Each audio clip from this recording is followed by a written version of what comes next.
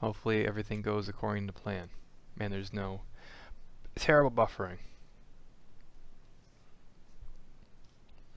So say hi to everybody. What? Say hi to everybody.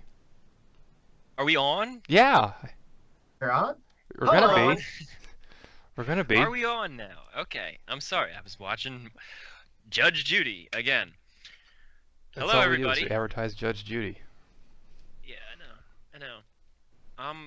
I'm waiting here. I'm looking at it. It says we're live, but you know the actual live thing doesn't say we're live. We get a delay. It's okay.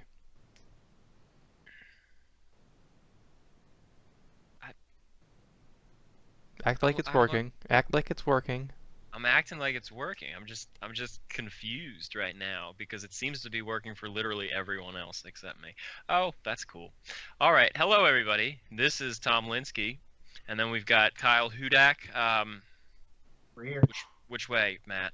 I'm the one who looks like he's It's high above highways and stuff. Well, I Yeah. can't see the screen, so I don't know which direction he's in. he's to your right. Okay. He's this way. No, he's to your left. Okay. Oh, left. Yes. Right now. Everyone else and that is means to right. be working for Yeah. literally everyone else except. No, I can I'm small. now. I can see it. So Matt is hello, everybody. Yeah, I'm this over is here. Tom So, Linsky, and then we've got You're- Kyle Hudak. yeah. Did Hi, everybody. anybody- Hi, which guys. way, Matt? You can't see me on camera, but I did shave it's- my beard. He did. I saw it for a brief moment. Well, I Yeah. can't see the screen, so I don't know which direction when we started Uh, talking. he's to your. I don't know either.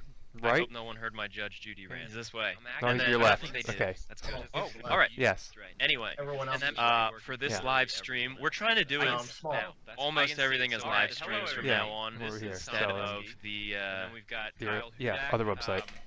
MixLR Hi, everybody. Hi, guys. podcast. For multiple You reasons, can't first see off, me we on have camera, a but I did bigger shave my audience beard. on He this did. I saw it for a brief thing moment. right here. It archives better. When we started talking, he's to we can your. show I don't know either. visuals, Right.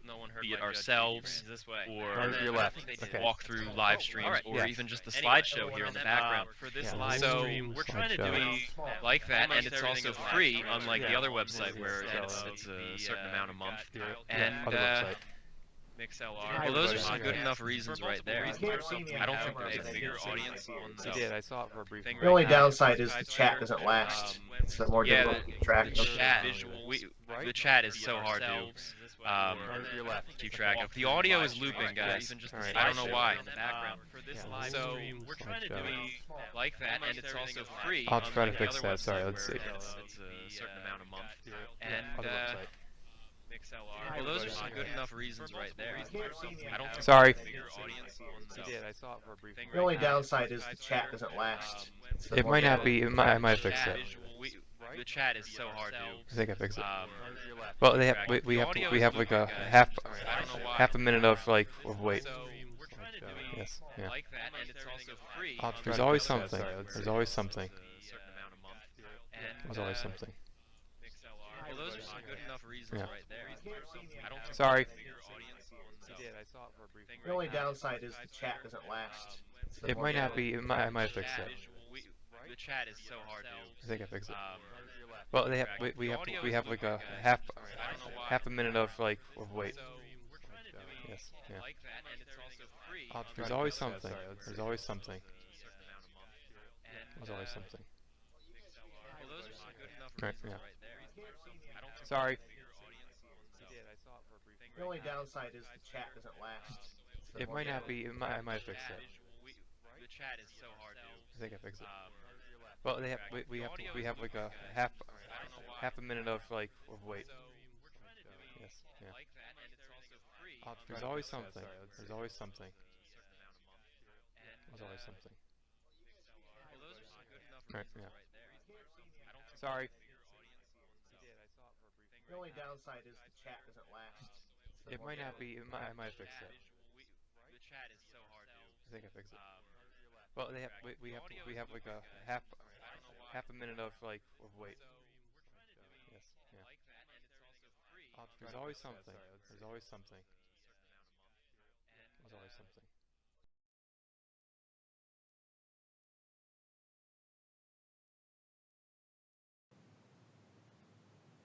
There's always something for us. Yes, there's always something. What could it possibly be? All right. Nobody knows, but hopefully now it could be fixed slightly. Again. Is Kyle's speaker on? Maybe? No. It's not? I don't think so, no. Okay. Alright. Now All let's right. try. I think we're good. I think we I should think be we're good good. now. I think it sounds to be good now. All right, everybody. Sorry about that. How's it sound now? That was question number 1.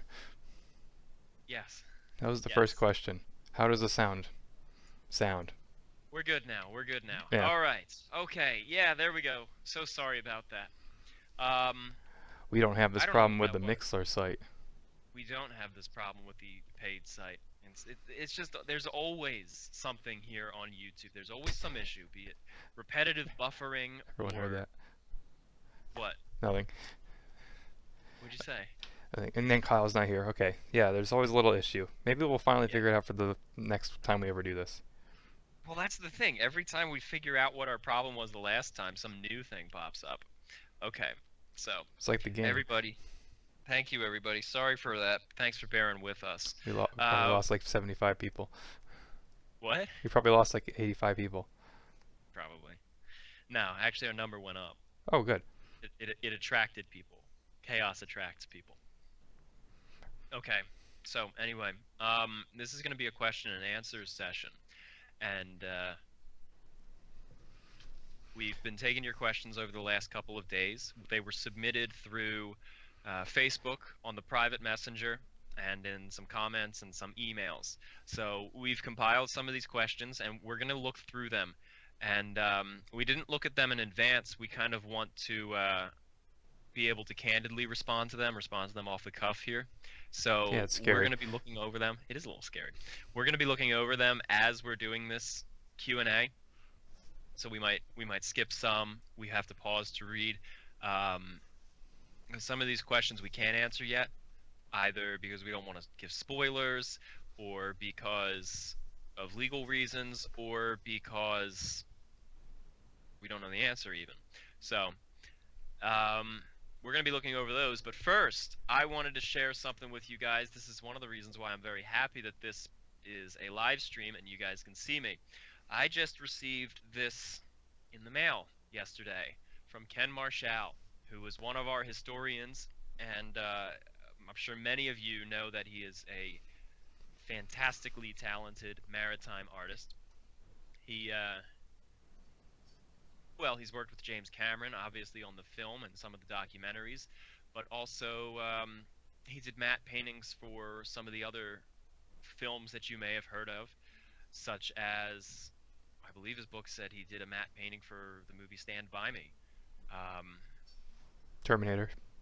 And the Terminator. Yes. So check it out. You can check out his website.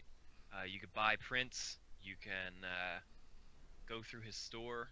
I strongly recommend you do. He's absolutely fantastic, and his artwork has inspired a lot of people to get into Titanic. In fact, from what I understand, James Cameron says that it was his artwork that was used to pitch the film. So go check that out. Go check out his stuff. It's kenmarschall.com, I think. Let me confirm this right now. kenmarschall.com.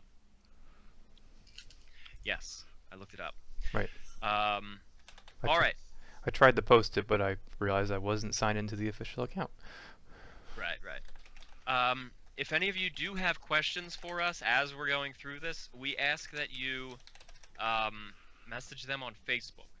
Send them to us on our Facebook so that we can easily view it more, because the chat here on the right, you'll just get buried in all sorts of other questions and people talking back and forth, or messages about Britney Spears and my wine. So anyway, thank you. Let's start this off. I've got the list of questions so far in front of me. Matt, have you been looking through this yet? I have a couple times, yes.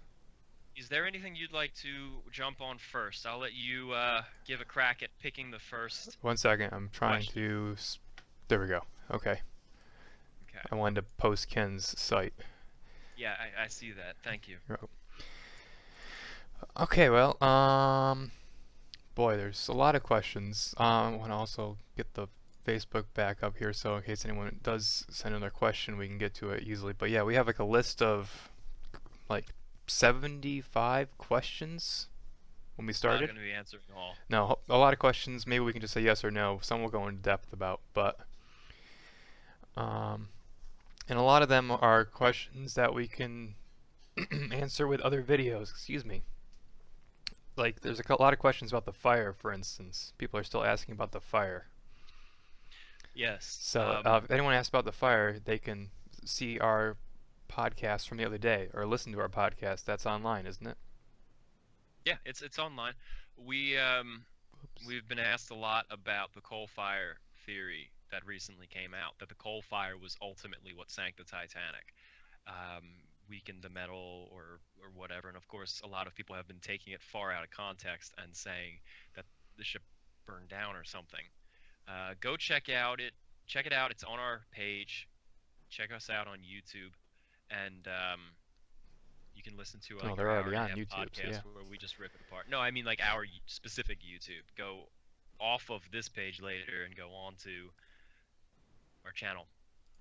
They know what I mean, man. I'm just Okay. being Mr. Technical. All right. All right. Yeah, we have a whole podcast. Any questions regarding the coal fire or that documentary, you can get from that podcast.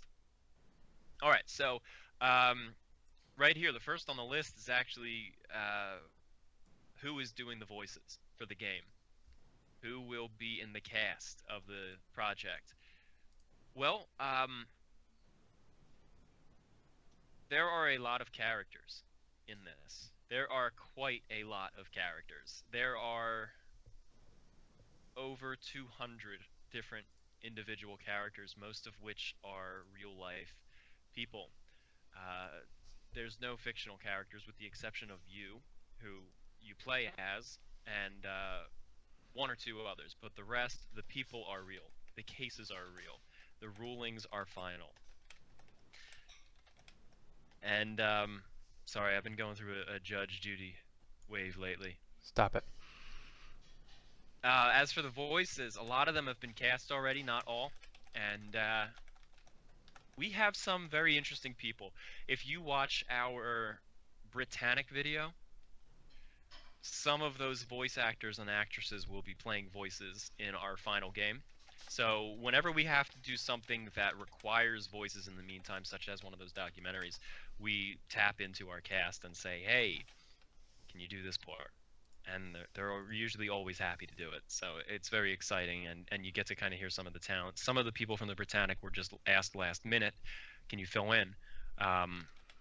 So not all of them are final voice actors. Some of them are just friends who did that as a favor for me. But yeah, if you want to hear some of them, check out our videos, the real-time videos. If you but I can't go into any further detail as to who is who. Although I will say that in the Britannic video, James Penka, who plays forget who he played. Whoa. Jack Wall. Yeah, there you go. Corporal Jack Wall. Yeah. Anyway, he's the main character in the game. He's you. He's the character. He's the playable character. He's not me. I'm me. He's not you, man. He's Thank you. definitely not. I'm me. You're And he's Kyle's. not you, Kyle. Yeah. He's not you. Mhm. But he is the player. Okay. So one of the other thing is what theory of sinking are we following? There's a lot of theories out there as to how the Titanic sank in terms of did the ship like do what? How did the ship act as it was sinking? What theory are we following? We're sticking mostly to the 2012 James Cameron theory, which we strongly support, and also because our historians are his historians. And the ones who came up with that theory are the same people who are helping us with advising. And they believe it. They have all the evidence to support it. And therefore, that is what we are following. One of the things that was specifically asked is, are we following the survivor accounts? And I believe the question was kind of a little misunderstood because they followed the Jack Thayer sketch, which shows it go up onto the iceberg, and it starts going down by the bow, and it's going up, and it's going up, and then it snaps. And for some reason, when it snapped, the bow pops up in that drawing, and then the ship goes down. Something that's important to know is the artist was not Jack Thayer. It was someone on the Carpathia who didn't see it sink. And Jack told this to him. It might even have just been a reporter later, but Jack said this sinking to him. He said it went down and it broke apart. And then they just drew the breakup as they might have fantasized it. So it didn't come back up. The bow didn't pop back up. There was one person who said it looked like the bow might have popped back up, but it's physically impossible because there's zero buoyancy in the bow. It's entirely flooded. So that's going to drop like a stone as soon as the stern breaks free, because the stern is the only buoyancy. There is no way that physics would allow for the bow to pop back up. Even if there was air trapped in the bow, which there wouldn't be anyway because of how slowly the bow settled, even if there was some air trapped in it, there's not enough to give the buoyancy to overcome 40,000 tons of dead weight. So we're sticking with the 2012 analysis. So, Matt, what's another good question here? Let's see. How about I'm also trying to answer some questions I see in the chat as we're going about, just some brief ones. Okay. I saw a question that Kyle could possibly answer because you answered a bunch Oh. of By the way, Yeah. where are all these questions again? in the DB. Dropbox. Okay. Oh. Yes. There's a question, Kyle. It's a techie question, and we're gonna, we'll also discuss some technical questions, not just about gameplay and such, like Tom's asking, or any of like the. We'll answer some historical and design tidbits. Someone asked, "What are those octagon plates on the side of the hull of the ship, along C deck and D deck?" I can't say exactly, but I think basically they're like butt plates or something. They overlap. They're over the they're part of the shear strakes or whatever they're called along the where you have the double plated the double plates and the hydraulic riveting. I guess they just add strength to So to like that strengthening area. plates. Yeah. Okay. But don't quote me on that. Yeah. Don't quote Pretty sure Kyle it's for on that though. All right. Certainly don't quote me on that. No quoting on that. Yeah, don't quote us on that. Why am I so small? You're All small right. when Kyle talks. No, I know, it's fine. Mm-hmm. All right, going through. One thing going back to the casting and the characters of the game is how will we depict the officers? And they go on to mention that a lot of Titanic films in the past would show one or two officers a lot, and then so many officers are overlooked. In fact, some of the officers I have never seen in any movies.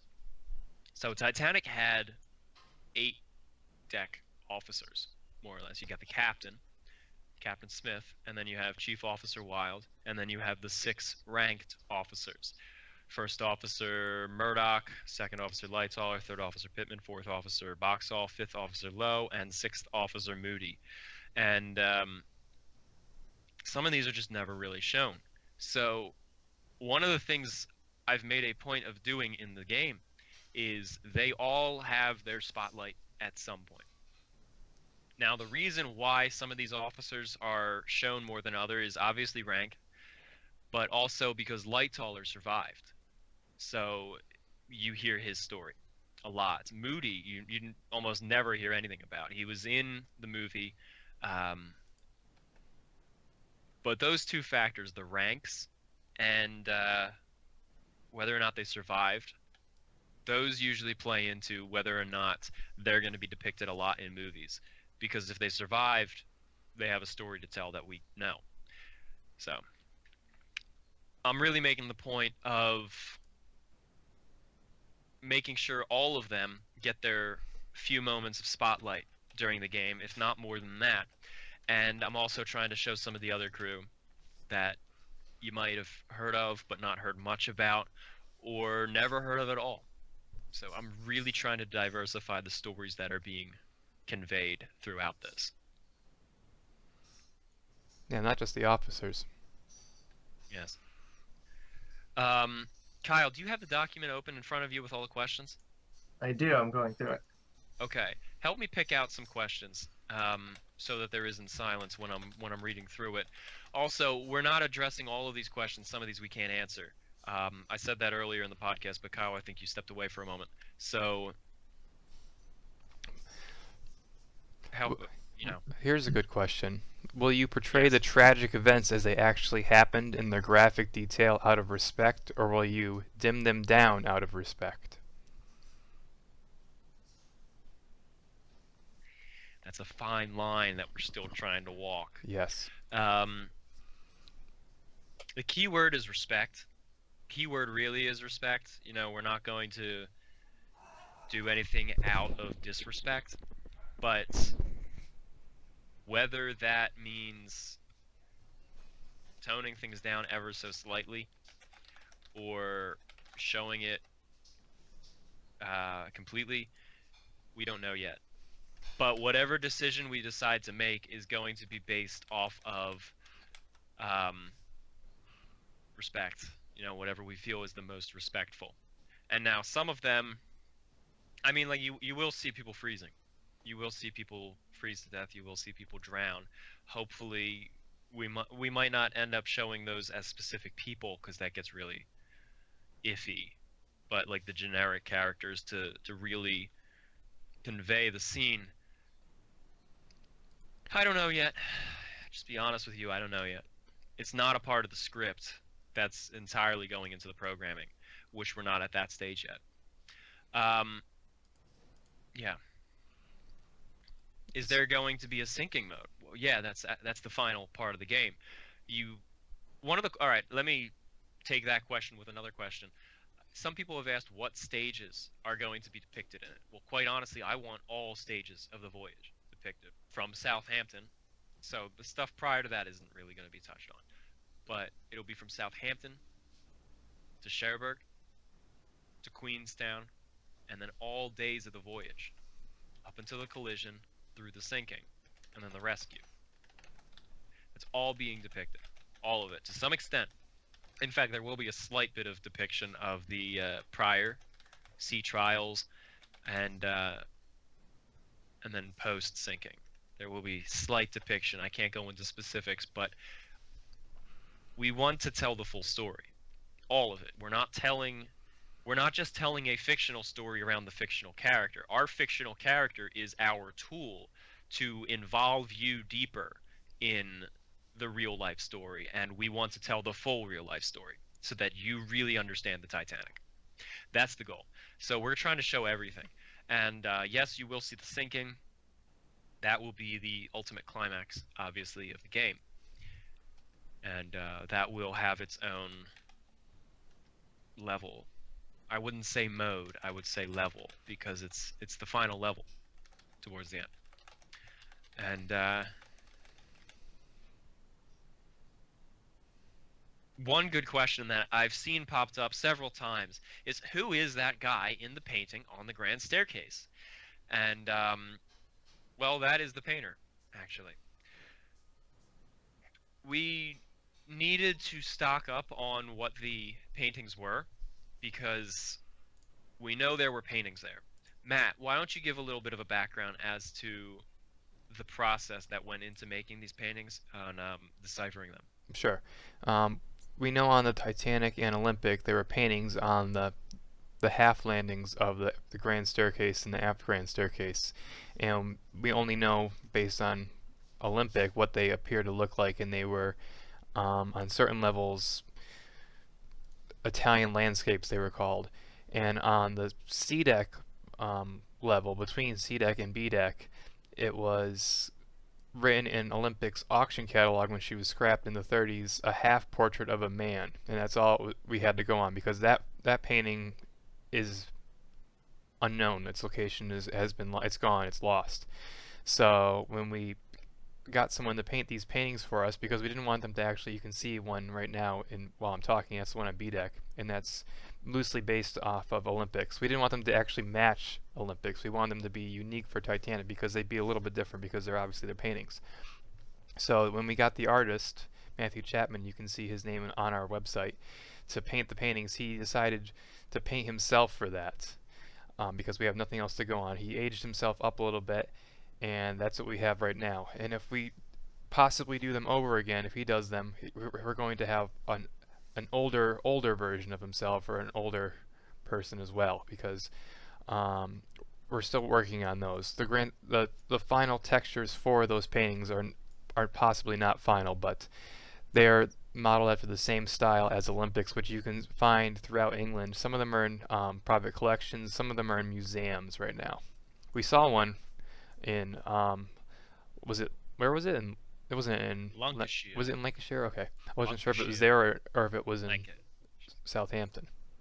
No, it was Lancashire. Yeah. It was there is a Lancashire Titanic Museum, Mhm. and we went to it. It's in an antique shop. It's pretty cool. That was They the have aft some grand interesting staircase pieces. painting, I think. Okay, yeah. Anyway, to answer your question, it's the artist. That's the art. That's who that guy is. Yes. There you go.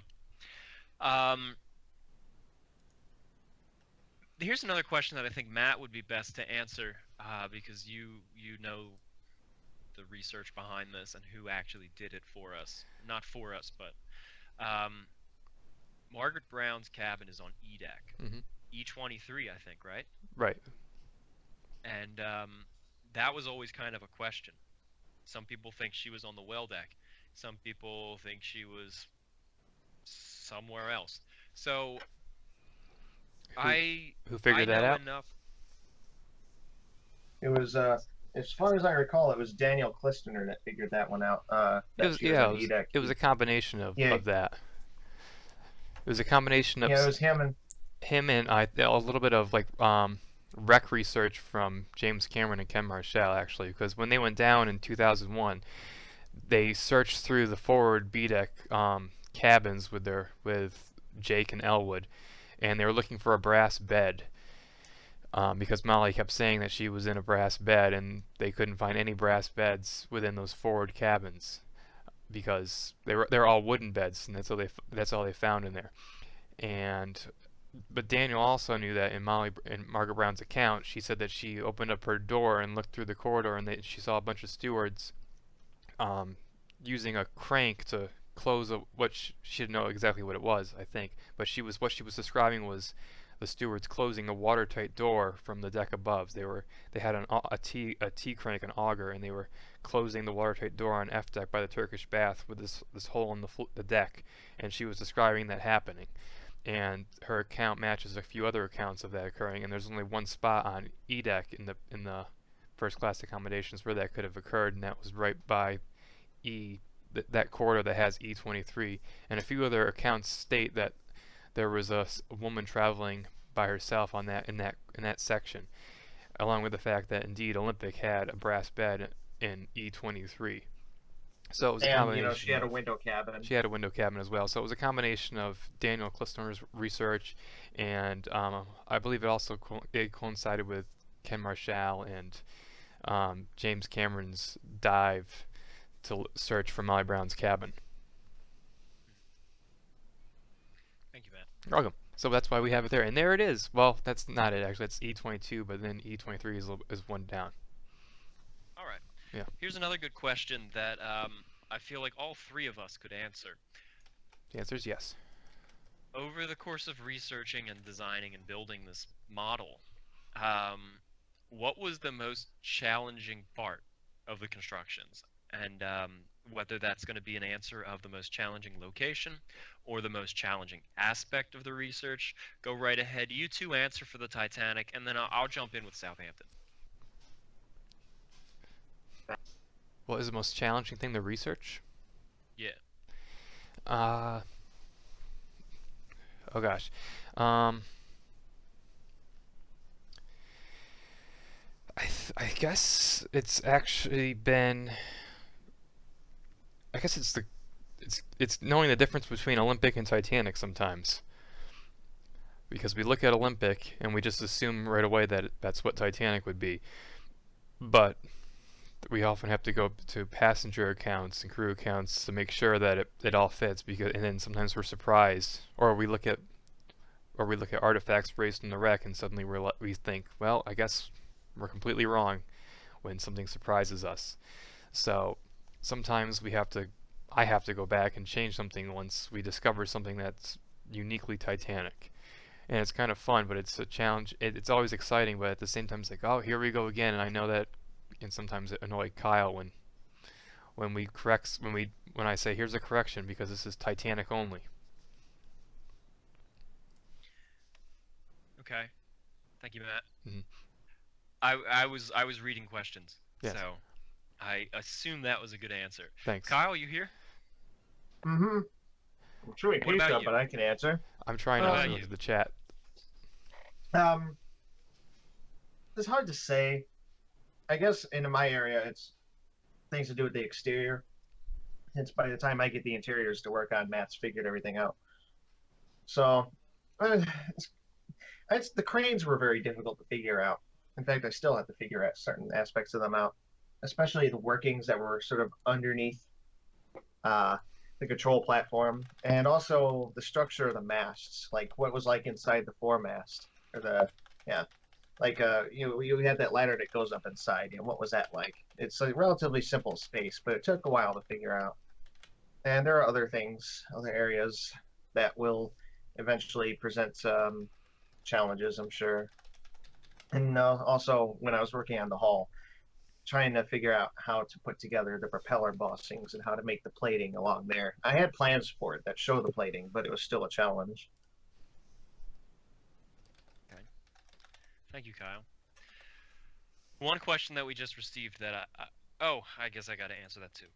I have not been modeling the ship.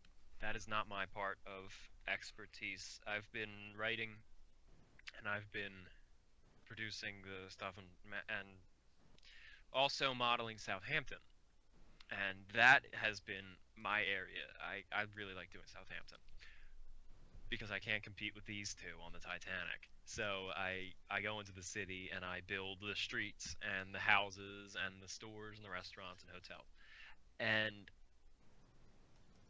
the problem is it's a city. And cities are large. And back then cameras were not as common.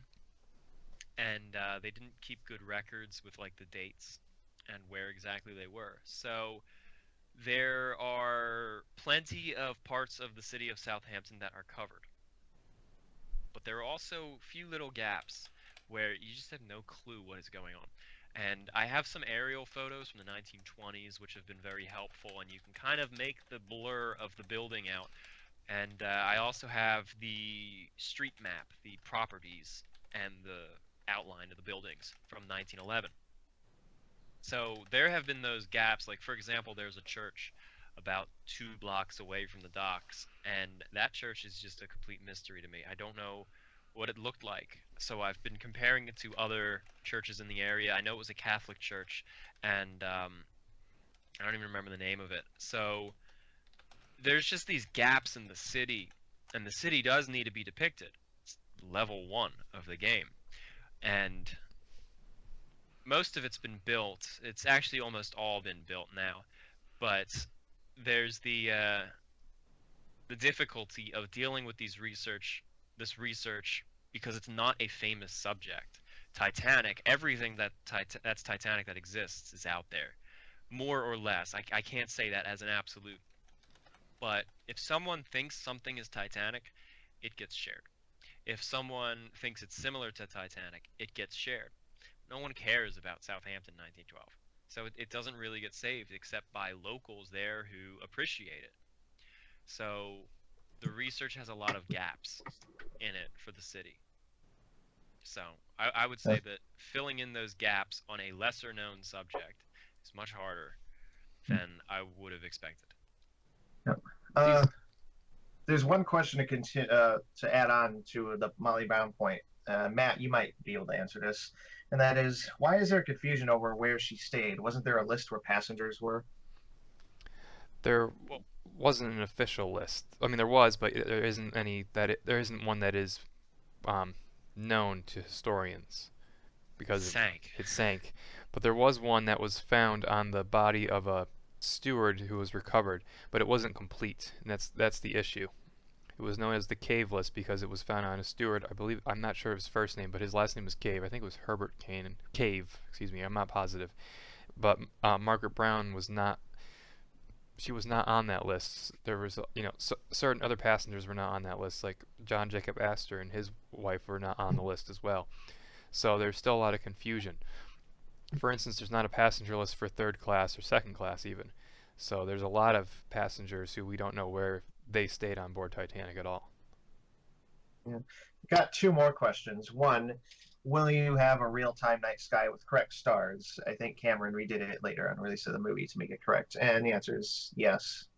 And the second question, how will you represent Bruce Ismay in the game? Please don't make him an emotionless villain. Tom? Ismay. I mean, of course, I've always been sympathetic towards Ismay. I don't blame him. I mean, we could do a whole podcast attempting to vindicate Ismay, and I feel like we certainly have enough evidence to support that. I get that he was the typical businessman, but he didn't do anything to like throw people under the bus. He didn't override an excessive amount of lifeboats because he wanted to save money. None of that was true. Those were all just like claims that were made to make him look bad because they wanted to scapegoat people. So I've always felt sympathetic towards Ismay, but in addition to that, we're working with members of his family for authenticity too, and they certainly appreciate the fact that we want to show him more sympathetic and more relatable. So he's certainly not going to be any sort of villain like some of the movies have made him out to be. He's not going to be any sort of coward. I mean, don't forget that, yeah, he survived, but he survived in the last lifeboat to be launched. And he was the last person to get into it. And some people say he was ordered into the lifeboat.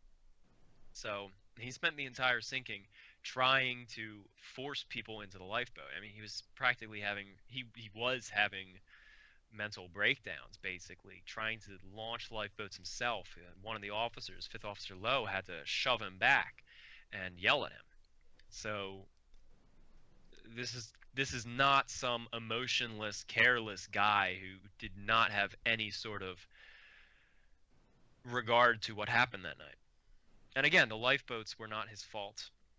The reason they didn't have enough lifeboats for everybody was because the lifeboats weren't meant as the primary evacuation. They weren't meant to transplant the entire population of the ship into lifeboats until a rescue ship showed up. The concept of lifeboats was a rescue ship will show up fast, and these lifeboats would go back and forth as little ferries rescuing these people.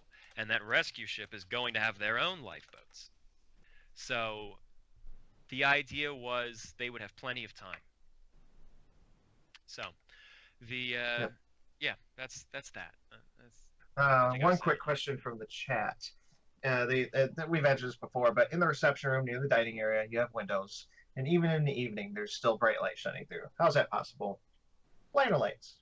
Now, look at our first demo and go to the piano in the reception room and look at the window that's there, and you'll see inside the window there are elongated light bulbs that sort of lit the prismatic glass from behind. And so during the day, you had these stained glass windows, and during the day, light would come in through portholes behind them, and it would get diffused through this very thick sort of prismatic type glass, and that would make the windows appear larger. But at night, they had these long light bulbs called liner lights, sort of attached behind the windows, and they would turn those on, and that light would get diffused through the glass, and it would make it kind of look like daytime. and that's how they did that. That's why you see the lights on in the Cameron movie as well. They were fluorescent bulbs, more or less, of 1912. Yes. As far as I think they were, yeah, they were what they were elongated bulbs, kind of like a fluorescent bulb, like that, shaped like that, in these sort of special fixtures. But the bulbs themselves, I think they just had incandescent filaments through them, really long filaments. And they were around the dome as well, the grand staircase and the aft grand staircase. Yeah, so they were And they always were, illuminated. And in the first class smoking room too. So yes, yeah, the smoking room. The smoking room was interesting because that had they had like little trunks that went up.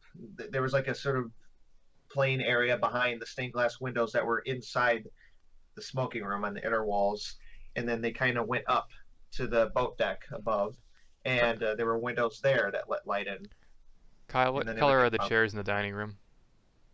green, Okay, I don't remember. All right, that was a quick green, question. They're made of leather. All right, dark green, I think. dark green. Okay. All right.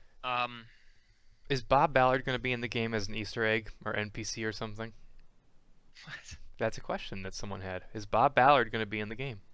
No. Okay. Bob Ballard is not a character in the game. Will we have Easter eggs in tour mode? Like the letters Yes. written by Oh, passengers on board placed in staterooms and the reading room? Or even personal objects that were known to be in staterooms? yes. Absolutely, actually. Um, Tour mode is a very interesting mode. I'm actually looking forward to that almost as much as I'm looking forward to story mode because we're going into it with a lot of details. Tour mode is basically going to be a museum. It really is. It's not bland. It's not just like where you have the environment, go have fun. What it is instead is every room, or at least all of the major rooms, will have info boxes or some interactive person to tell you about it. And you can learn about these spaces. And then there will be tiny things to do. And if you go into certain cabins, basically, let me backtrack real quick. Tour mode is where you don't have a story, and instead you have all these unlocked doors. You can go everywhere in the ship, and there's no restrictions. There's no time limits. Nothing's syncing. You don't have to do anything like this. You're not accountable. And that's versus story mode. You'll have them both in the same game. You go to the menu, you could pick which one you want to go into, and you can jump back and forth. But tour mode, you can go into specific cabins, and there will be information about who stayed in that cabin, if someone stayed in that cabin, as far as we're aware. And if we know of any personal effects, they'll be in that cabin. Nothing much, but just a nice little touch so that you know who was here. For example, like if the guy wore a special hat, you might see that. Or if the woman had a special coat, you might see that hanging up. Um, just things like this, personal touches. Or for the perfect example, which you all should know, is in our most recent demo. If you go into the room that belonged to Francis Brown, you see his camera. If you go into the room that belonged to Thomas Andrews, you see all of the plans scattered out. It's kind of like that, except there would be an info box or something else to give you more information, not just what you see in the demo, but extensive information.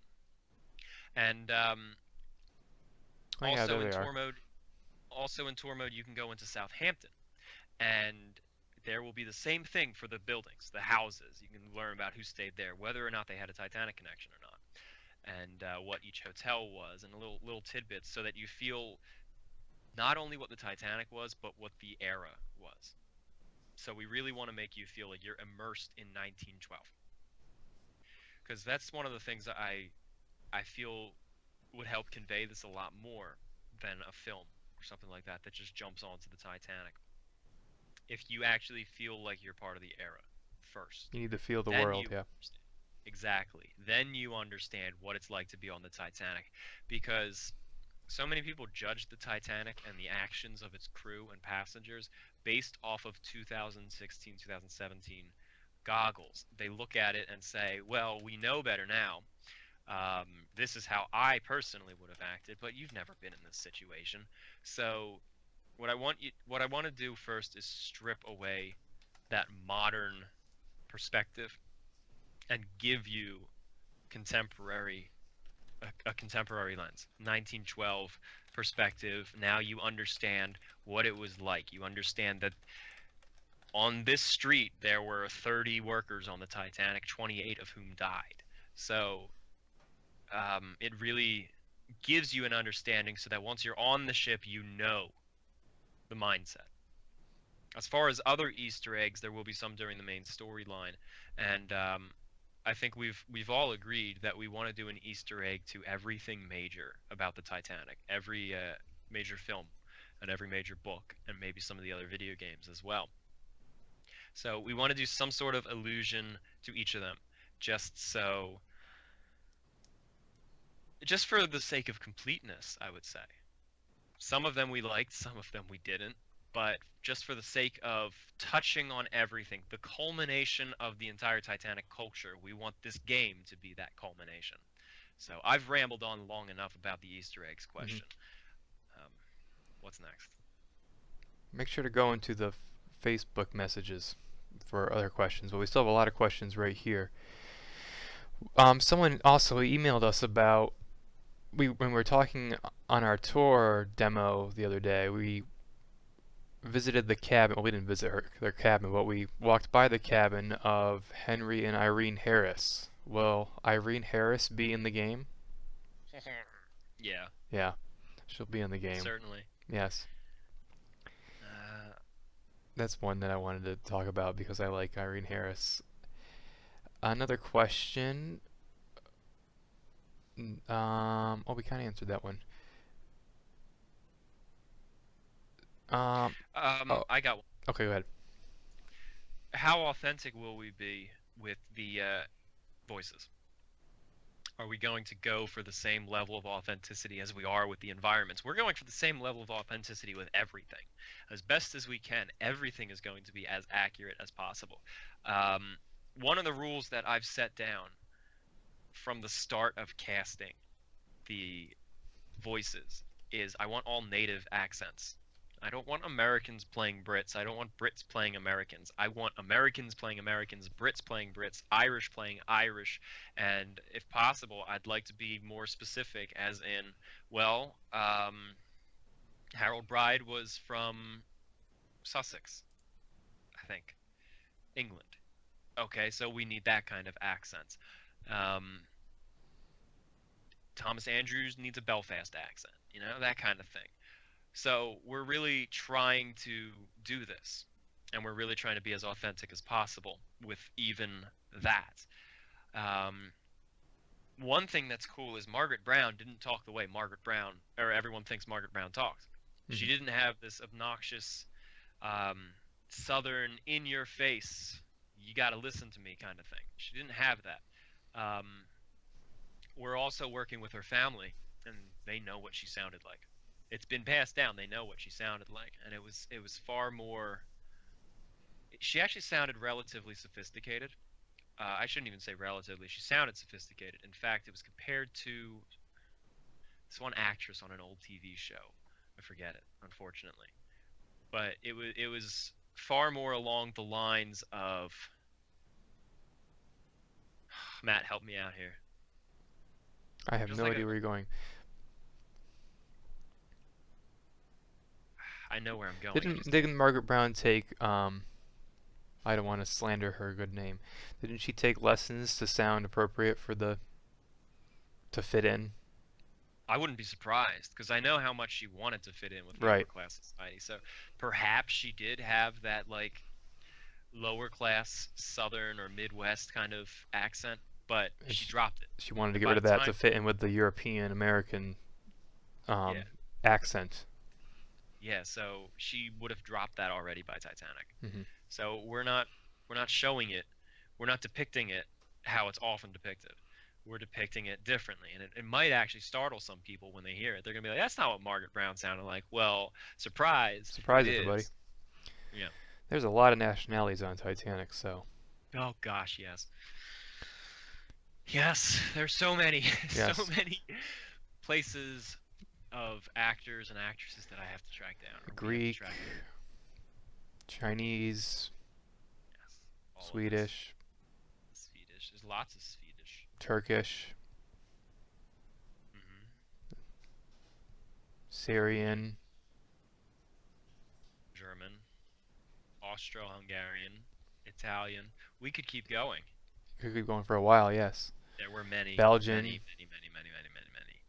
Dutch, Yes, I think we got it. All and right. Syrian. Cuban. There were Cubans, Mexicans. There were all sorts of people on the Titanic. There was one Japanese. Russian, There yes. Russians. Okay, thank you, Matt. Let's go to the Swiss. next question. Okay, Stop it. Chinese. I said Chinese. Okay. Said that already. Here's an interesting, fun little question. Do the historians ever disagree There you go. among our team? And how do we resolve this? I don't. How do I stay out of it. Yeah, kind of the best way to do it. There's kind of a hierarchy in our historians, and Oh yeah, Japanese. it's not based on. Yes, there's a whole feudalism structure among our historians. Oh no, I it forgot about Masahito Hosono. All right, go ahead. said there was a Japanese man on board. Oh, You well, missed it. I missed it. You just don't listen. I was reading. Anyway, going back, there's kind of a hierarchy among our historians, and I don't mean this to put down any of the other ones, but we have like a top tier, and it's basically just who we work with the most, and those are our 4 consultants, our 4 core, and those are the ones we go to primarily most often, and they honestly very rarely disagree with each other. That's one of the reasons why we're so strict about which historians we let on board, and which ones we don't. Again, nothing against any of the ones that we aren't working with as much, but one of the good things about working with these historians is they all respect each other. They all respect each other's opinions, and they very rarely disagree because they acknowledge when the other one knows more than they do. So they have this sort of respect that I might be wrong here, you might be right. So these disagreements very rarely come up, and when they do disagree, there's no hostilities. There's no real need for us to mediate or for anyone else to mediate, and they just get on with it. They really just get on with it, and disagreements just don't come up. Do you agree, Matt? I don't disagree. So yes, disagreements don't come up. Well, you would No. know more than I would. Yeah. Because you work more with them directly. Yeah, there's I never don't- any real disagreement. I mean, like the disagreements are just it's like a constructive like back and forth to figure something out. It's something that's not really like an argument. Um, you know, Right. it's to figure out. It's problem solving more or less, really. It's Yes. it's like, okay, I didn't know this. Who has this information? Okay, wow, that's new to me. Do you have this source? Can I get this from you? It's a back and forth sort of thing. So it's pretty good. Yeah, I It's agree. the sharing of ideas. So it's really useful actually. Will we be able to participate in activities on the ship? And these are activities along the lines of deck games or things like that. Basically, mini games. They would be mini games inside this game. Yeah, we want to do as many of these as we can. We have a thorough list of what the Titanic offered, what could have been done on board, how you do these. So we're going to try to include as many of these as we can into the game, and they should be pretty interesting. And this will range from deck games such as shuffleboard, shuffleboard, or things in the squash court, maybe squash, for example, Quite. or card games, Mhm. card games on board. So it's things like Yeah, in the that. smoke room. What? Yeah, in the smoke room I meant, you know. Yeah, actually all 3 smoke rooms. Right. So we're really taking that into consideration in making this game, and there's plenty of opportunity for fantastic mini games. Will we hear original music from the band on board, like in the first demo, where we portrayed Humoresque Number 7 by Dvorak, and or will it all be reimagined music made especially for the game? There's a Now the big game's gonna list. there's a big list. One of the biggest things that we've been working on, I wouldn't say one of the biggest things, but one of the little sub projects that we've been doing is we've been assembling the White Star Line soundtrack. There's an existence of it. Oh, well, There's the if you listen to our past podcasts, all the tracks that we played in the beginning of our podcast before we started speaking have been music that was played by the band from their playlists, basically from their repertoire. almost all. I've jumped in with some Mahler and I might. Have we? But anyway, it's going to be similar to the way James Cameron's film is. It has its own orchestral accompaniment. There's a composer who wrote music for it, but then they also have the band playing sometimes. So you'll have that.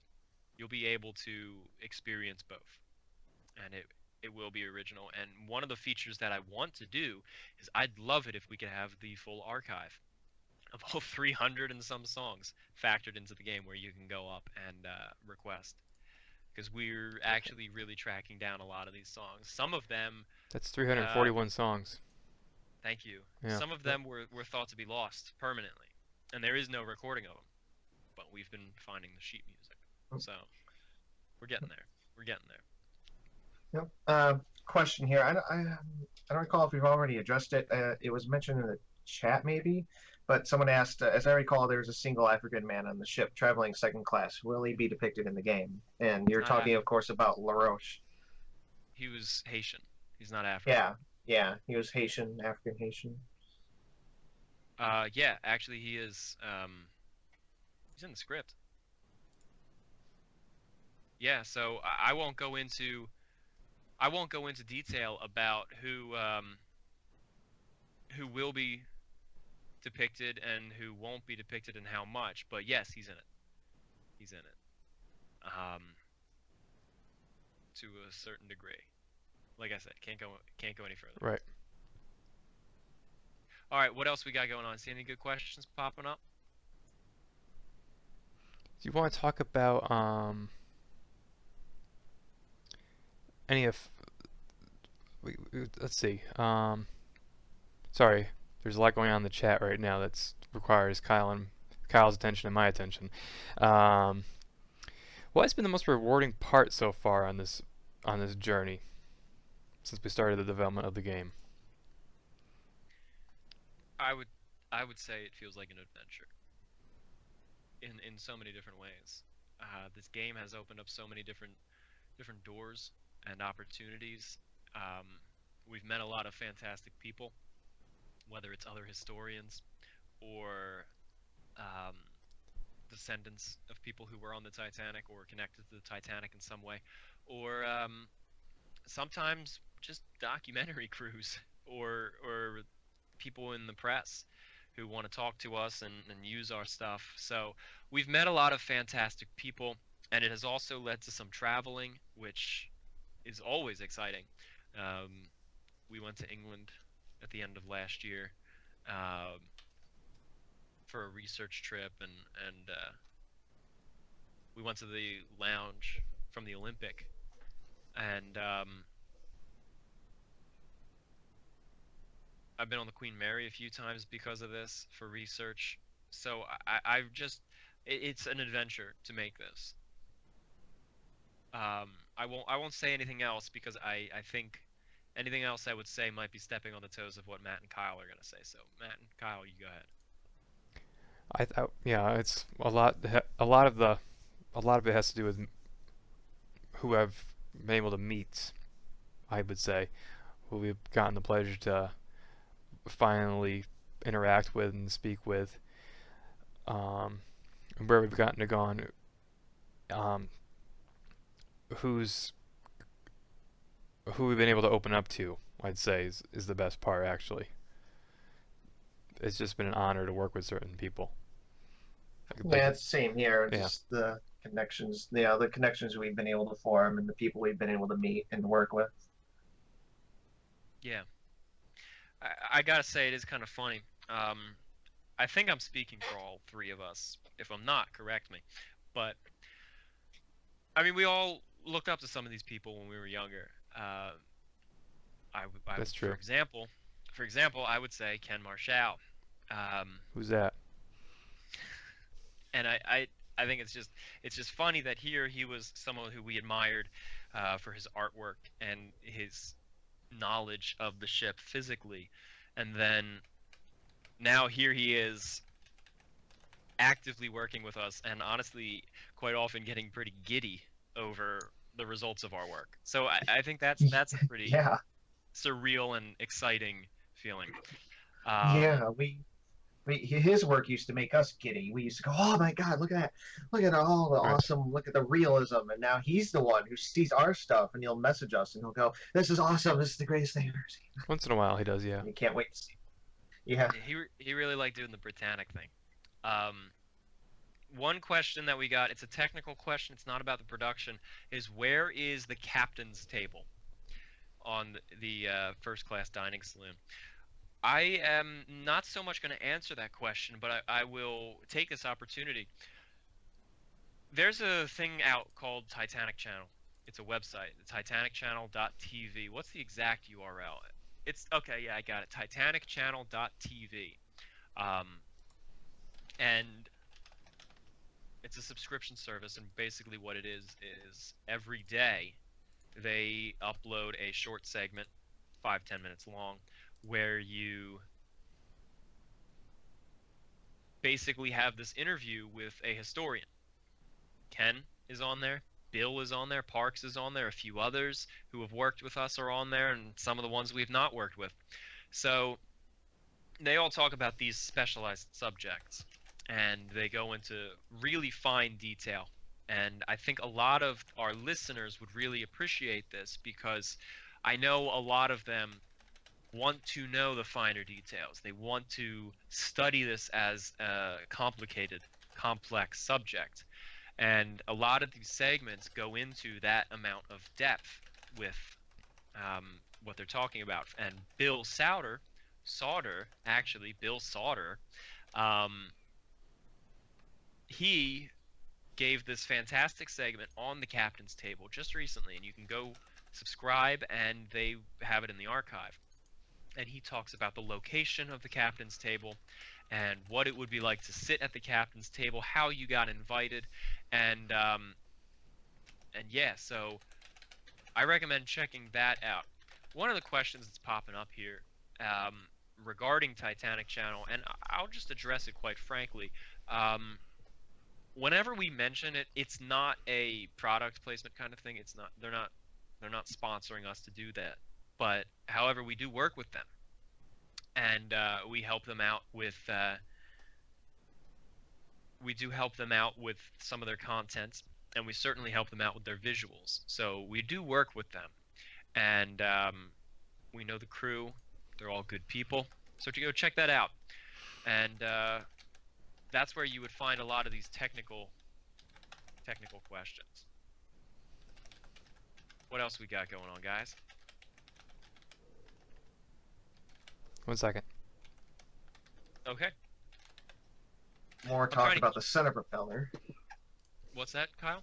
More talk about the center propeller, three-bladed or four-bladed. And I'll just say that from what I've seen, there's more evidence for three-bladed and no evidence for four, if you can believe that. But my model has 4 blades.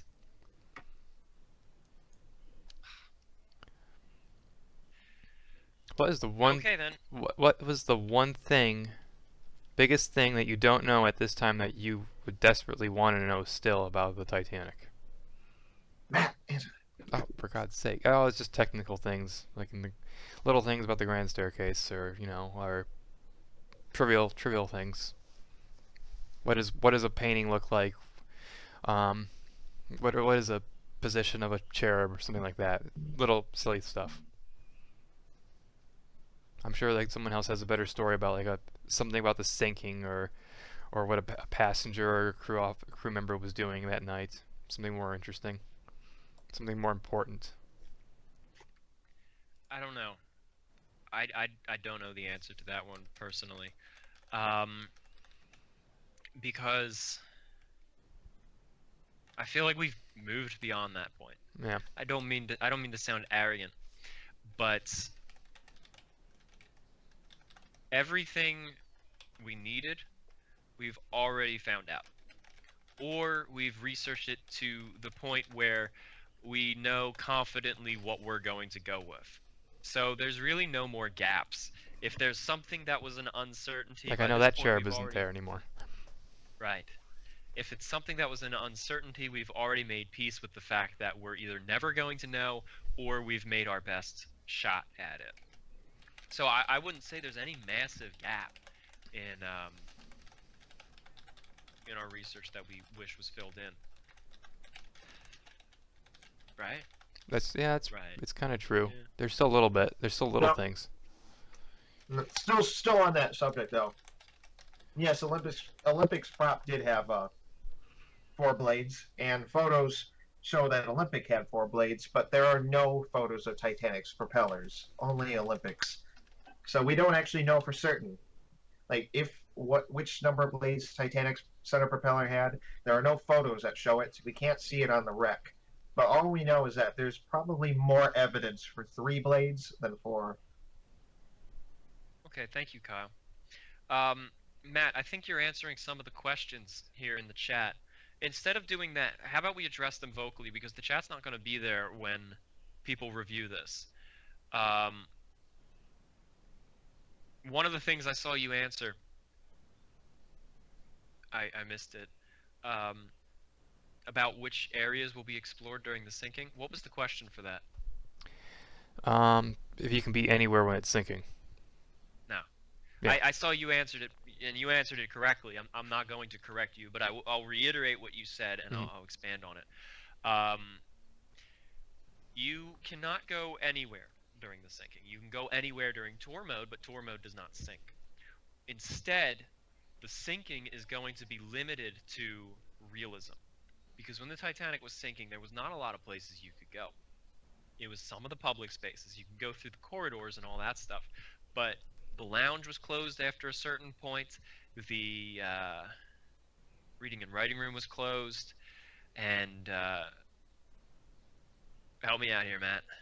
There were a lot of places that were closed off, and especially the cabins. Yeah, cabins were closed. They evacuated first class passengers out of their forward cabins, and they locked the doors eventually, and they locked the doors of the corridors. The reading and writing room and the lounge was eventually closed off, and the revolving doors were probably locked, and the lights were extinguished even, because some of the lights to the corridors exist in the ship still to this day. Well, they did back in 1999, or actually 2001. So there's a lot of areas which you can't access while the ship's sinking because the crew locked it, or watertight doors closed it. For instance, if you wanted to go to the swimming pool and watch it flood, you couldn't do that. You'd have to get there at a certain time before they'd close the door, and they'd even make sure that there was no one in that area before they closed the door. And even then, it would have been locked beforehand. It would have been locked at 11. It would have been locked at like 10 o'clock. So this is one of the things that actually helps us in a way, because if we were to animate every last room of the ship sinking and flooding, that means far more work, almost to the point where it reaches impossibility. So the fact that they closed down most of the ship, like, you can't get locked in the lounge because the steward went into the lounge and said, "Everybody out." Yes, so that helps us make the sinking more manageable. Mm-hmm.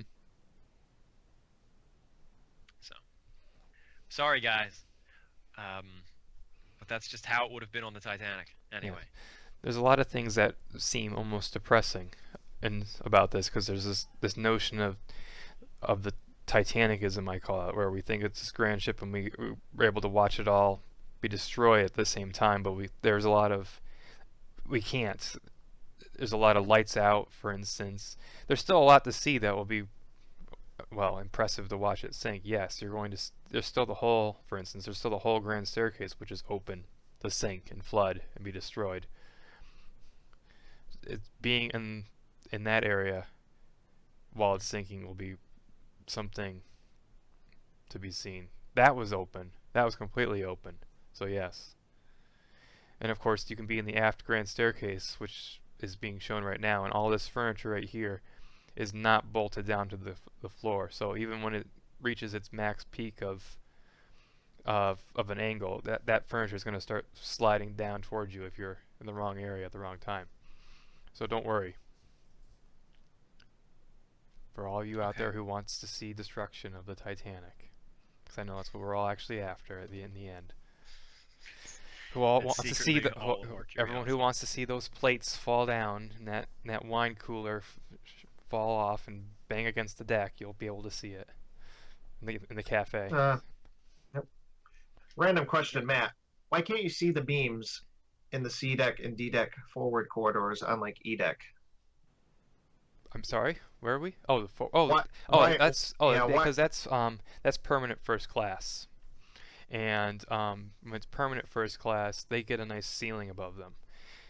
When it's alternative first class, which is on E deck in the long corridor along that runs the length of starboard, they didn't give it a ceiling.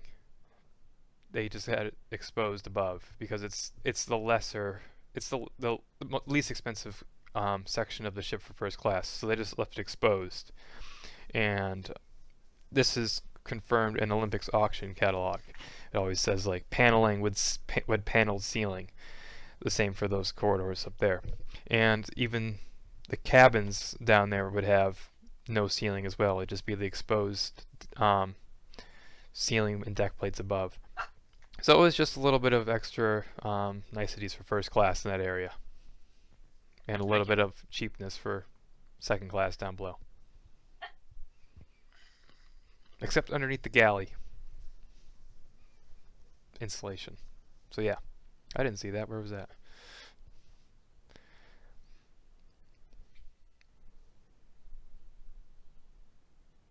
Is the rec footage very helpful? Rec footage is very helpful. Rec footage is very helpful. Will Owen Robert Morgan's looks be based off of someone that was on board the Titanic? It'll be based off of Owen Robert Morgan. He was actually on the Titanic. He'll be based off Kyle, except with more hair. Yes. No. Yes, that's Pepper. She won't stop barking either, because Pepper, stop it. She's a good dog. She wants to be a part of this. Will you tackle problems from 1912 society, like colonialism, like colonialism, nationalism, racism, etc.?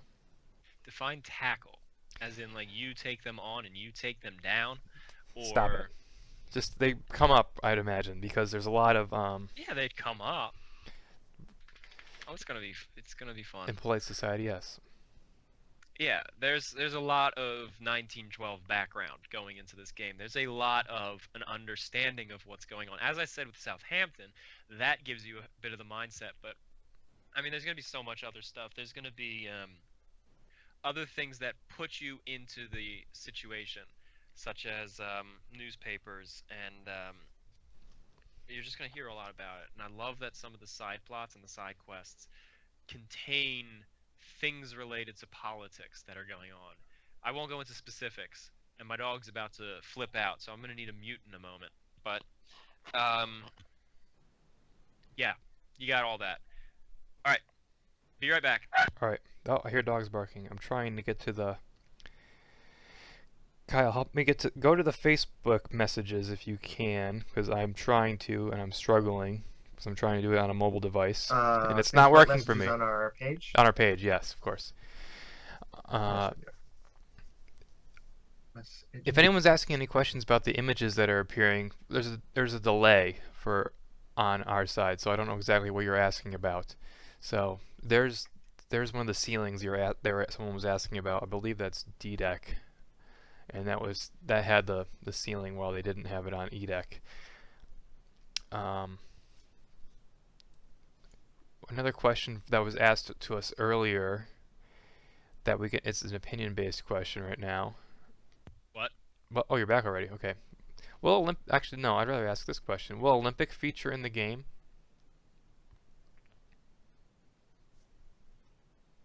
Maybe, All right. maybe, yes and no. I'm certain Um, Olympic will be discussed at some point. it's certainly going to be Olympic will mentioned. be mentioned, yeah.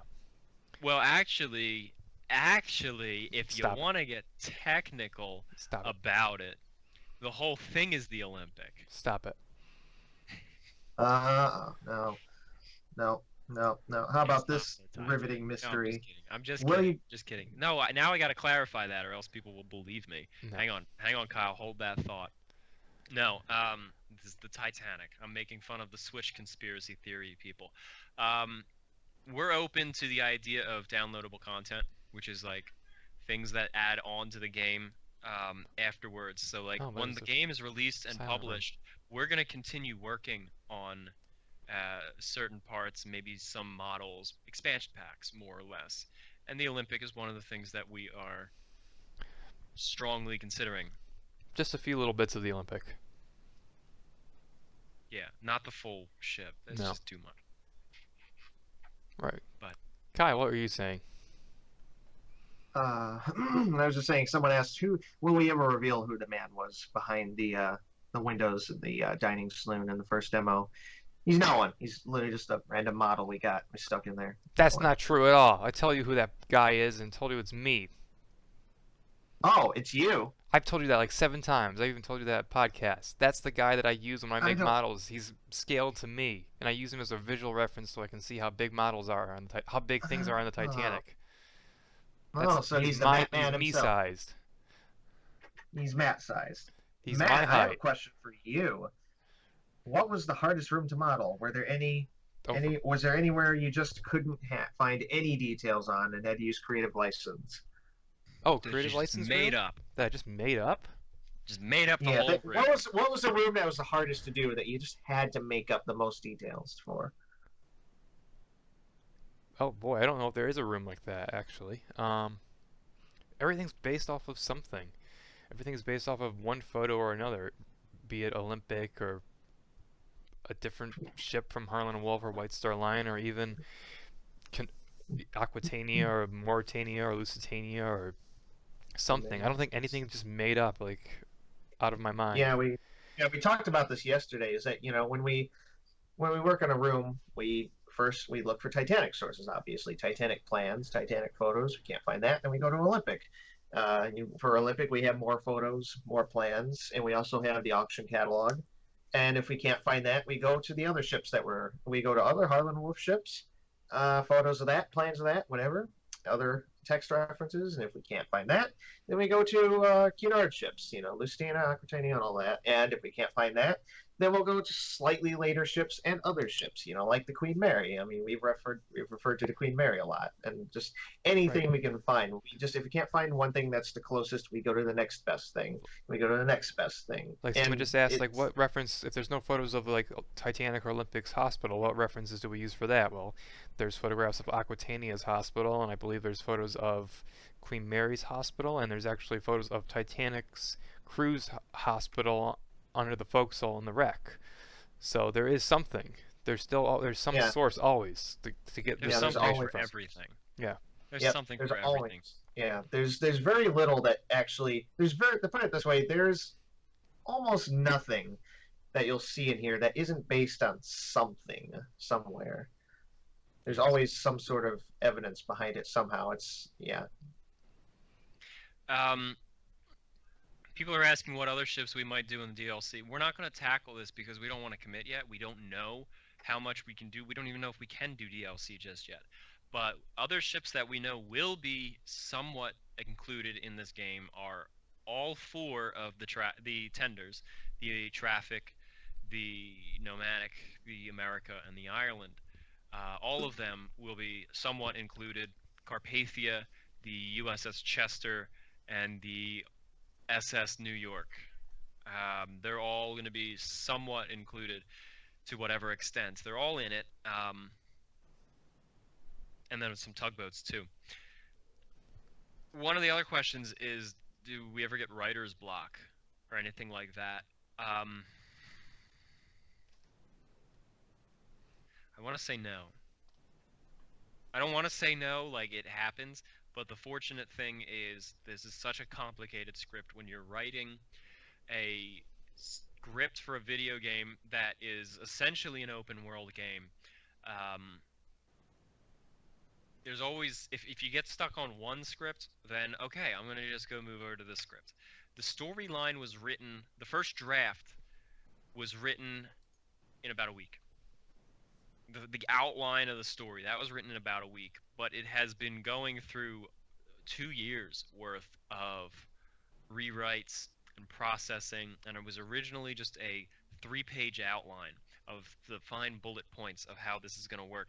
Now it is, the outline itself is 70 pages, in like the most concise points as you can imagine, and it's still 70 pages long. The script, it's not even one document, so I can't even say how long it is, but it's hundreds upon hundreds upon hundreds of pages. And when I say that the script is done, I mean we have it outlined, we have it blocked out, we know it all, but it is going, it's a film script essentially. It's treated the same as a film script in that it is going to be going through rewrites upon rewrites upon rewrites until everything is physically made and set in stone. The voices are recorded and that's all implemented into the game. So things are going to continue to be changed, and the count might go up, and count might go down in terms of length. So I can't say writer's block has ever really been a problem because there's always something else to be worked on if I get stuck on something. So Nor is there a way to do that. Nor is there a way to do that. Nor is there a way for writer's block when you're modeling a part of the ship either.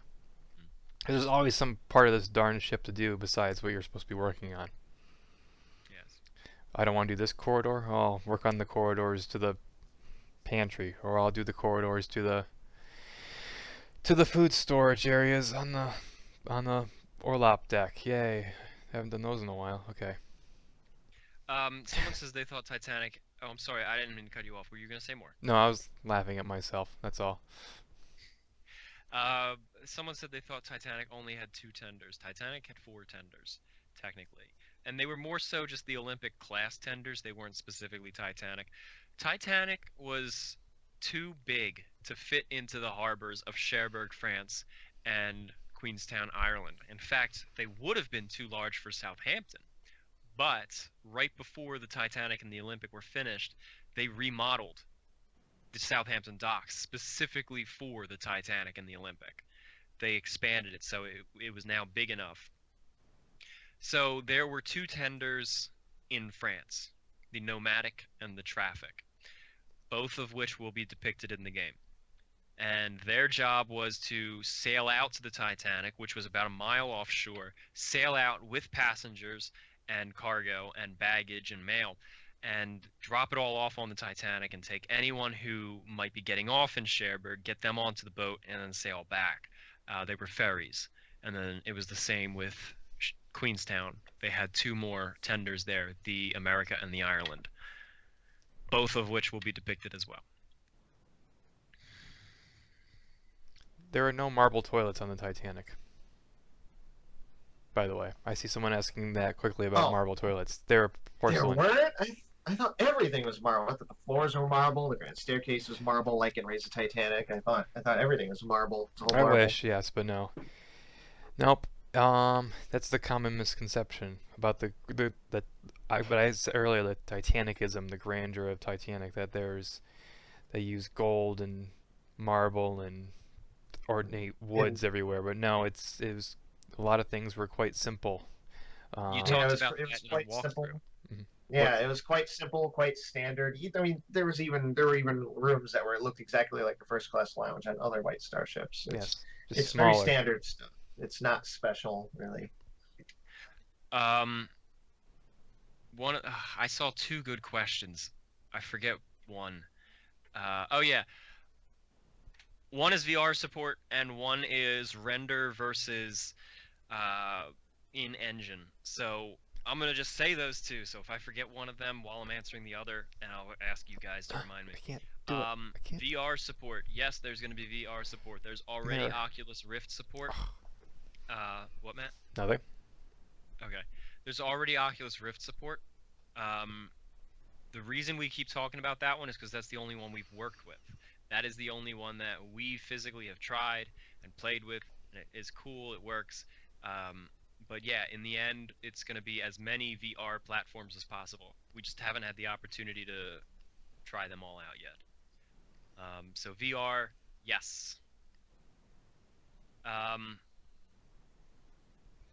Another thing, the other thing was, yeah, someone complimented the Marconi room render.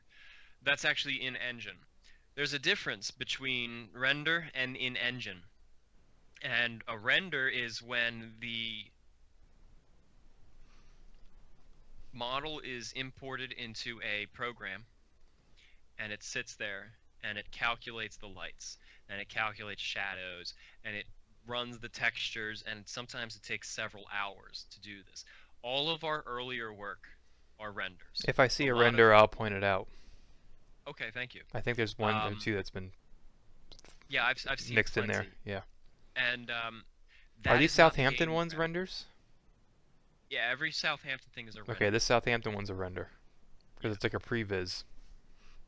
Those are not the game's graphics. No. In-game means that's the actual game. That's our game. And the quality of in-game imagery has come along so far since the beginning of the game. So sometimes you'll see the older in-game graphics and they're just like, eh. But then over the course of changing our engines, we left CryEngine, we came over to Unreal, and it became so much better. So at first, when we started this, the in-game stuff was not that great, but the renders were really good. They were spot on because the computer was able to run them better. But now I would say that our in-game stuff, which is essentially what the final product will look like, is better than what the renders were. So, Matt, you're able to watch this live. Can you just point out the differences real quick as you're looking at the slideshow? Yeah, sure. Right now it's a grand staircase image. Render or it's an engine of the boat deck level. We want to say it's in the engine. It looks nice. It's got lights. It's interactable. I need hopefully a render pops up. It's great. Well, you explained it quite well. Here's a render from it's a smokestack render. Is it a render? No. No, it's in engine as well. Oh, good job, Kyle. I can't see the picture. It's but a funnel. It's the one with the whistles. That's in engine, I'm pretty sure. You'll find out in a second. For sure, but it's a mystery. But yes. All right. So, any other questions? We've gone on for about an hour and a half now. Mm-hmm. Let's take one or two more. Kyle, what is that? What was the funnel? Yeah. You see it? That's a rendering. It is rendering. Okay. My mistake. Yeah. All right. But I think the in-engine is now better. So. Yeah. We have an engine screenshot like that somewhere on our Facebook page. There's also an engine version of it in the that one video. Mm-hmm. Right? I forgot what it's called. Yeah, all the videos you see lately, they're all in engine. They're all the final. There were no plants on the boat deck. What are you talking about?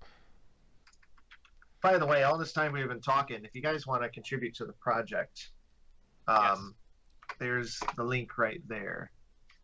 How does that help us? Well, it helps us to continue work. Mm-hmm. And it helps us to, Tom, you go into that. Oh. All right. Everything so far has been funded through contributions or money out of our own pockets. And in order to bring this through to the end, it needs an investor, or multiple investors, which is what I've been chasing and trying to negotiate. And the rest of it, the money from our previous Indiegogo campaigns, as well as contributions that come in through our website, they go into working on this so that production does not stop while we're working on getting investors. The money is spent on resources on licensing software, on getting textures, on hiring people who might be able to help with like a one-off thing, like, hey, we need a model of this cherub, or we need textures for this. Can you make it? So we have to hire people outside of the team, and they come in and they do their stuff. So the money goes to this stuff, and this is not at all a cheap project. The demos that we've given away, basically for free, they have been downloaded about 250,000 times. That's about how many people have downloaded those.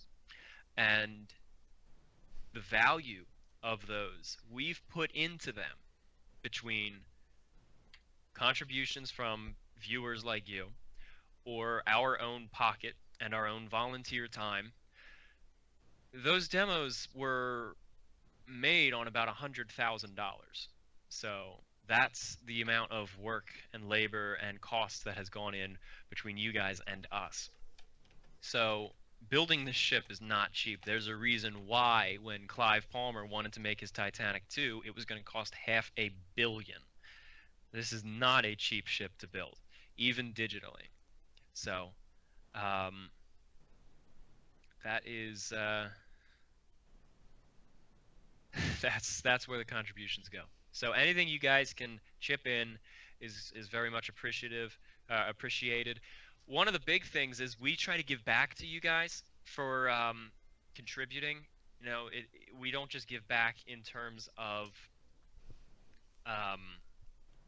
you get to see this evolve, but if you contribute 50 American dollars, then you get a cabin on the Titanic. Not so much a physical cabin or anything like that, and it doesn't affect you in the game. Instead, there would be a passenger list for which cabin everyone had on the Titanic on its maiden voyage. Well, the maiden voyage was all real-life people like Margaret Brown or John Jacob Astor or other people like this. But Titanic was originally intended to make it to New York. Remember that. And then it was originally intended to sail back to England. And that voyage, the return voyage, was already selling tickets. People already bought tickets for it. So there would be a passenger list already building up. So one of the things that we've been doing is for $50 contribution, you get a copy of the game once it's completed, a digital copy of the game once it's finished, and you get your own cabin on that return voyage list, because the return voyage went down with the ship or it was lost to history. In either case, we don't have the return voyage, but we have to make it. So for $50, you get to put your name, and you have a few people join you in your cabin if you want, or if you want to travel alone, and you get to pick your cabin, although they're selling out fast. We only have third class left, and I think we only have about 50 cabins left. You can go onto our website and look at which cabins remain and contact us. Matt, why don't you explain this? You've been the one managing it. You've been doing a great job on that. Yeah, I think there's actually like 60 something left, but I'll actually post our link to it in the chat in a minute. But yeah, it's basically there's a list. It's online. You can create your own name if you want. You can use your real name. You can add different people to your cabin, up to 6 possibly, because only certain cabins had 6 bunks left. There's only third class cabins left now, but it's just a fun little interactive way to be included on Titanic's passenger list, we say. And it, of course, also gives you different perks below that. You know, this is something that we've passed through from the previous Indiegogo campaigns. We can't give the physical perks out from the previous Indiegogo campaigns, but we can still do the digital. We can still give the digital perks. So along with the free copy of the game and the return voyage one, it also gives you the other perks, which are the digital scrapbook, which we're going to release the first chapter of soon, I believe, and I forgot what the other ones are, like the desktop things. They're all listed on there, and I'll post that in a little bit as soon as I answer this other question I was typing. Mm-hmm. Yes, thank you, Matt. Yeah, sorry. No, I was just zoning out reading some of the comments here, trying to keep track. Oh, Kyle beat me to it. Oh no, that's different. Okay. So, Kyle shared a link to it, or if you want, just type it in. It's titanichg.com is our website. You go to that. I'm going to go to it too. Titanichg, honor and glory.com. Titanichg.com. And then, Matt, where is it? Well, the return voyage page? Is it Oh, contribution page? the contribution page. Sorry, yes. It's right in the Right middle. there in the middle, Yeah. contribution page. See, I've never had to go here to contribute. Jerk. There's no point in me putting my money into the account. I just buy it out of my own personal stuff. All right, so you go into that, and then where is the return voyage? It's $50. Mm-hmm. There it is. You go down to free passage, $50 contribution. You click that. It says contribute, and then you select the $50 thing or any other amount that you want. You can spend more than 50. You can do 80 or 150 or 250 or put in X amount, and if you do that, you'd still get the 50. You would still have this perk. So anyway, yeah, that's I think that's about it. Mhm. I mean, I think we've addressed all the questions that we really wanted to address. Or the ones that we could I address at this time. I mean, a lot of people Yeah. asked a lot of things that we just couldn't answer. That's the reason why we couldn't answer them, unfortunately. For one reason or another, a lot of them being because like we said in the beginning, either because we don't want to give it away, or we can't give that information out for one reason or another, or we just don't have the answer at this time. All right. Yeah. Okay, well, I guess that's everything. Thank you. Yeah. Address the wine. That's one question that we did get a lot of though in the Facebook comments and a lot on the messages, and we're getting it now though. I see that's one that we Yeah. don't have to hide, Thomas. No, we don't have to hide about that. I mean, we What can't brand talk. We of can't talk wine? about multiplayer. We can't talk about James Cameron. We can't talk about $10 million. But we can't talk about the wine. We can answer that question. Yes. People have been asking quite repeatedly, what brand of wine was yours truly, was Tom Linsky drinking? I don't want to talk about the progress plan, but I'd rather you talk about the wine. You did update the progress plan. Yeah. Go ahead, talk about it. I'll talk about that if you talk about the wine. I'll talk about the progress plan because that is people are talking about that. That's relevant. It's difficult to update that because at a certain point it's just fine tuning of certain areas, so it slows down. A lot of areas are just repetitive, so it's fast to create them, and then suddenly you have to go in and add the details to them. So it just spread out quick, and then it's just a slow build to finishing them. And then the areas that are red are the really technical places, and we're waiting on people to give us the information for those areas, which are a lot of the boiler rooms, the engine rooms, the turbine rooms, the cargo holds. Boiler rooms. Yeah, boiler room. Those spaces need a lot of advising, and We have to wait Go for ahead, those. Yeah. We actually trolled people for a day or two. We went to the progress plan and we just made places red. I don't think anyone noticed. No one noticed it, but we actually just read it out some places to see if people would notice, and then we updated. We can make it all green. Yeah. No, because that's teasing people the wrong way. Yeah.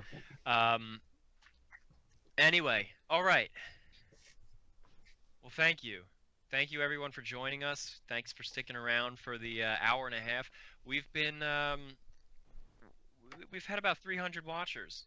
So, cool. Thank you. Mm-hmm. And maybe we'll do this again in the future, and we'll do some more Q&As, and we'll just see where this goes. Thanks for sticking with us, and I guess that's it. Is there anything else you wanted to add? No, thank you everybody for asking questions. I hope we got through a bunch. I know we didn't get through everybody's questions. Like I said, we couldn't answer all of them. Sorry, but hopefully we answered some of the important ones. There's always a lot of techie ones that we can't answer, unfortunately. Yeah. Someday we will be able to. Hopefully. Yep. Yeah. And guys, don't forget to contribute. I'm putting the link in there a couple Yeah, of thanks. It times. does help us to continue always.